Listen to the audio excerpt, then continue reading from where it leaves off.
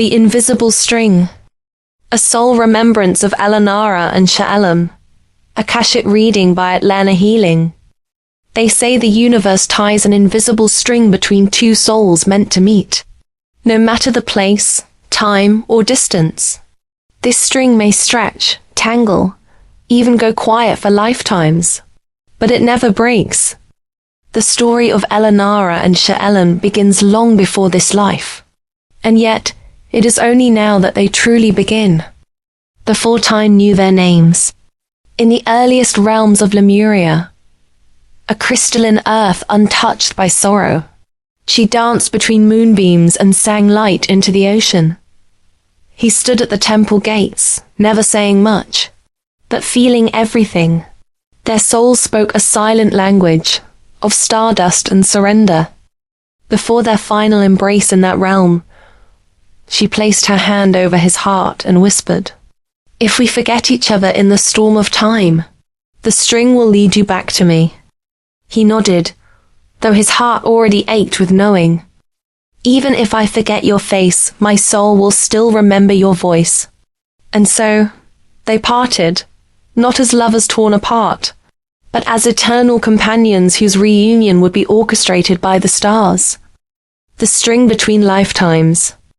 In the ages that followed, they lived many lives, sometimes as strangers, sometimes as shadows of love. In one, she was a poet who wept over her ink-stained letters. He was the man who bought every book she wrote, though they never met. In another, he was a warrior who protected her village from afar. She never saw his face, but always lit a candle at the gates in gratitude.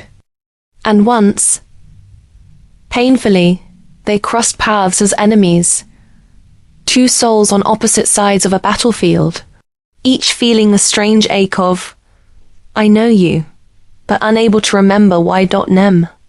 The string pulled at them in every timeline, gently, but the timing was never right. Not yet. This life, when the stars aligned. She was born again as Atlanna, a woman who had endured loss after loss, but never gave up on magic. Through every heartbreak, every betrayal, every lonely night, a small flame whispered, "He's coming, don't close your heart yet."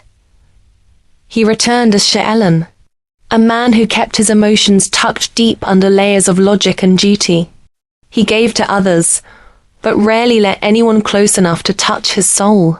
But sometimes, when the moon was high and the world was quiet, he would sigh without knowing why, missing someone he hadn't met yet.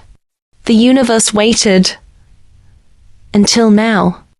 It is said that when two souls are destined, the entire universe conspires to hold them apart, until both are ready. Atlanna and Sha'elon were always close, but they didn't meet until the precise moment when their hearts were soft enough to receive each other. Had they met too early, they would have mistaken each other's depth for intensity, their care for chaos, their devotion for danger. But by the time the string drew tight and looped them together again, they were different. Wounded, yes, but wiser, tired, but not bitter. And that made all the difference. When they finally met, it wasn't loud. No lightning bolt, no fireworks. Just a quiet knowing. A look. A laugh, a deep breath that felt like home. She looked into his eyes and saw every lifetime flash through her.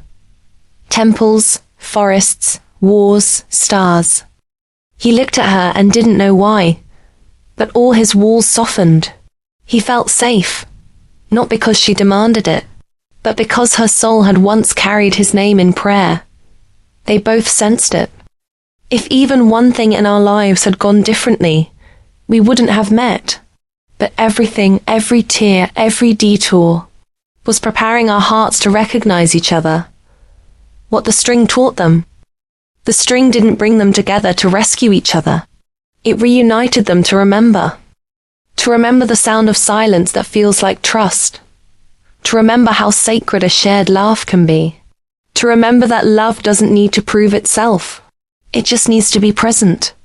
He now understands why he always hated saying goodbye. Why certain songs made him weep. Why he'd built his life protecting people he barely knew. Because his soul was training to recognize her pain, to hold her joy, to never leave her behind. She now understands why no love ever felt quite right. Why she kept choosing people who couldn't meet her depth. Why her art always held a face she could never quite paint. Because her soul was waiting for the one who wouldn't be afraid of her truth. The one who saw not just her beauty, but her battles. The vow of this lifetime. They may not have grand titles. They may not follow tradition. They may not even be together every day. But this time, when she's overwhelmed, he doesn't disappear. And when he's quiet, she doesn't force him to speak. They let the strings speak for them. It says, "We've lost each other before. This time, let's just, not perfect, but present. Not dramatic, but divine. And that is enough." A remembrance story written in sacred light by Atlanna Healing. If this reached your heart, it's because your soul remembers too.